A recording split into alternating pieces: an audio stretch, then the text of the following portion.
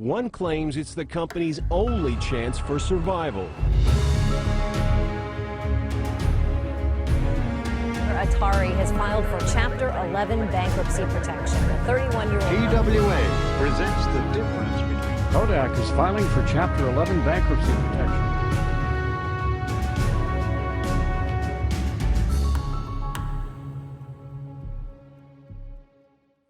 What's up, guys? My name is Jake, and welcome to the 14th episode of Bankrupt. Planet Hollywood is perhaps the most famous celebrity-backed restaurant chain, and it's one that I covered in a Bankrupt episode in the past. It was an era in American entertainment history where the hot new thing was to build highly themed restaurant experiences. Many started popping up, and celebrities began to invest their own money into this booming idea. Each one was created with their own gimmick. Steven Spielberg and Jeffrey Katzenberg were some of the Hollywood elite who did just that, opening their very own short-lived, ultra-themed restaurant chain. Though, unless you were there, you probably didn't know it existed, as there's little evidence of its past. Just like so many other restaurant chains of the time, it has faded into obscurity. So today, let's take a look at the failure of Steven Spielberg's Dive. This episode is sponsored by HelloFresh. Go to HelloFresh.com and use the code BSF16 for up to 16 free meals and 3 surprise gifts. It was the early 1990s, and chains like Planet Hollywood and Hard Rock Cafe were proven to be very successful franchises. There was a clear market for ultra-themed restaurants that played out more like unique entertainment experiences rather than just standard dining. So it made sense that producers and directors in the film industry wanted to invest and bring other new experiences from their vision to the public. In 1993, director Steven Spielberg and soon-to-be Walt Disney Studios defector Jeffrey Katzenberg had been discussing ideas for their very own themed restaurant. Spielberg had a fascination with nautical adventures and deep-sea exploration. He also struggled to find a good sub-shop in Los Angeles, so the two began to develop the merging of these ideas. They took the next steps by bringing it to Larry Levy of Levy Restaurants, who would manage the operational side of the business. With around $7 million invested, construction started, and so did the press coverage of the hottest, newest celebrity-backed restaurant. And all of this new interest made the team speculate the wide reach this brand could have. Dive was planned to be a chain spanning several states with over 60 locations.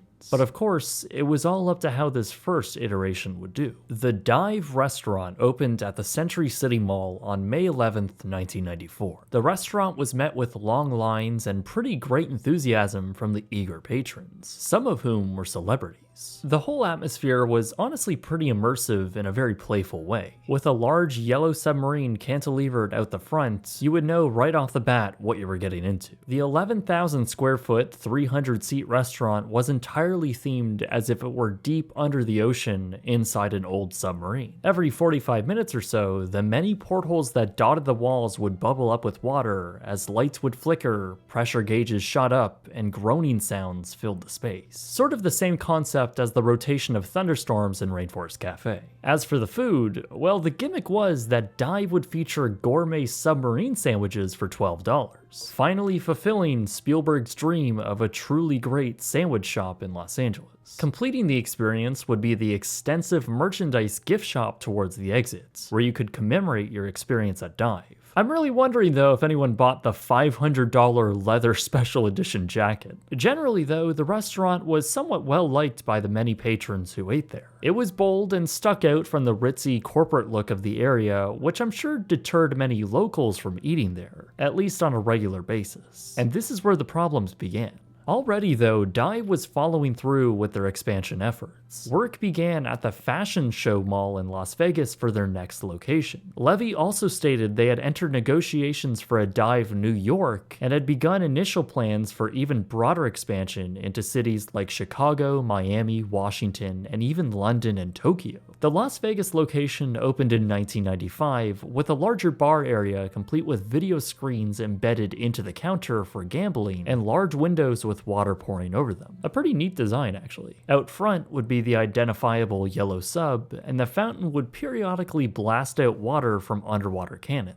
Both restaurants would also now feature a periscope displaying video feed from a camera outside, as if you were looking through a real one. That idea was straight from Steven Spielberg. In June 1995, the company signed a contract to build their third location in Barcelona, Spain. Orlando and a myriad of other cities were also seriously looked into at this point. But even with these desires of expansion, Larry Levy admitted the chain only generated $10 million in sales, just a fraction of their anticipated revenue. Still, the company proceeded with their expansion. Now, information on this is rather inconclusive, but apparently a third dive location opened in late 1996 in Barcelona, Spain. There are no known photos of this location I could find, and really, the alleged restaurant is only mentioned in passing. This logo is the only tangible evidence I could find of its existence. But if you know anything about this location, or if you have any evidence of its existence, send me the proof on my Twitter, @BrightSunFilms. The money issues for the entire company, though, continued. See, the key to making a themed restaurant work at this time was not through food sales alone, but accompanied by merchandise sales. Planet Hollywood was doing quite well with that business model, deriving huge profit through merchandise. But Dive was struggling.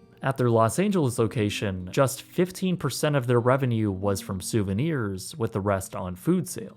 For comparison, some Planet Hollywood locations had nearly 50% in merchandise. This contributed immensely to the lack of anticipated income. It was mainly because not many tourists were visiting the Los Angeles location. I mean, it was based in Century City, and locals certainly weren't going to be buying themed merchandise. To combat this, the menu was changed in 1997, as the original one that just focused on sandwiches was a bit restrictive. They had now widened their choices. Along with this, and unlike Planet Hollywood, Dive promised to focus more on their food quality in hopes to attract and retain those local crowds, especially in Los Angeles. These were all efforts that were certainly smart, but maybe too little, too late.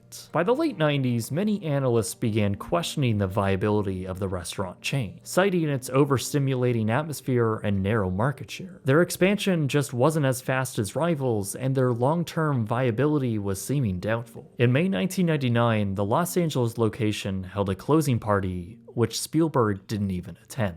The restaurant was closed a week later. Just a year before this, we also believe that the Barcelona location was also shuttered. This just left the Las Vegas restaurant going, capturing the ever-important stream of tourists as Las Vegas kept the brand alive just a bit longer. It was common for there to be long waits at lunch and thousands of customers coming through the door. But even by 2000, reviews claimed that many of the effects were switched off, likely to avoid the high maintenance costs associated with them. This meant the whole experience was never even really complete after this point. With really no future ahead of them in terms of expansion, the very much unpublicized decision was made to sink the whole chain in late 2000. The brand was effectively bankrupt and soon dissolved, as the Las Vegas location was now closed. Now, all traces of them were being removed. The Barcelona location was allegedly turned into a nightclub and then demolished. Los Angeles was soon gutted, leaving just the steel frame of the submarine alongside Santa Monica Boulevard, a very grim reality of the chain. It was also soon demolished, and while some restaurants occupy the space over the short term, eventually the entire building was demolished and sits today as an upscale Mexican restaurant. The story is similar in Las Vegas, as the entire mall exterior has been renovated.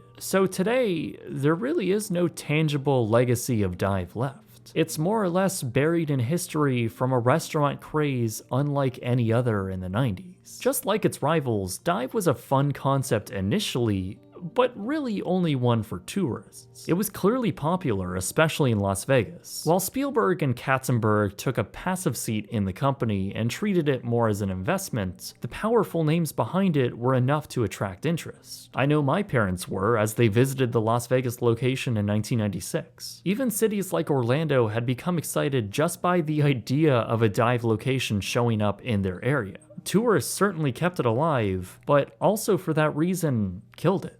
Its location in Los Angeles just didn't make sense, and the brand suffered because of it. The themed restaurant concept, especially something like this, is so heavily reliant on tourists. But even if they had started out in other tourist-based markets, the narrow theme would have also eventually reached its market limit. By the early 2000s, people were getting tired of the in-your-face, often expensive themed dining joints. The giants like Planet Hollywood suffered, as did the smaller players. Dive was just another casualty of this, and a rather short-lived one at that. This abrupt failure ultimately sunk Spielberg's dreams of the next generation of sub shops.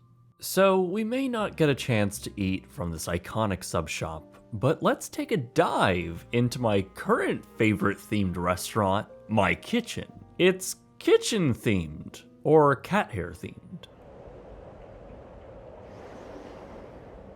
Who doesn't like meatballs? Well, I just tried the glazed beef meatballs along with potato wedges and salad. It was very good, and with HelloFresh's pre-packaged ingredients, I know everything is already here and will fully be used in the recipe. That makes me feel a bit better because that means less waste and more money saved than just buying everything at a grocery store. With a large selection of recipes, there really is something for everyone, no matter what your diet entails. And it's a really fun experience making your own food like this. If you want to try it for yourself, go to HelloFresh.com and use the code BSF16 for up to 16 free meals and 3 surprise gifts. Anyway guys, my name is Jake, and thank you very much for watching.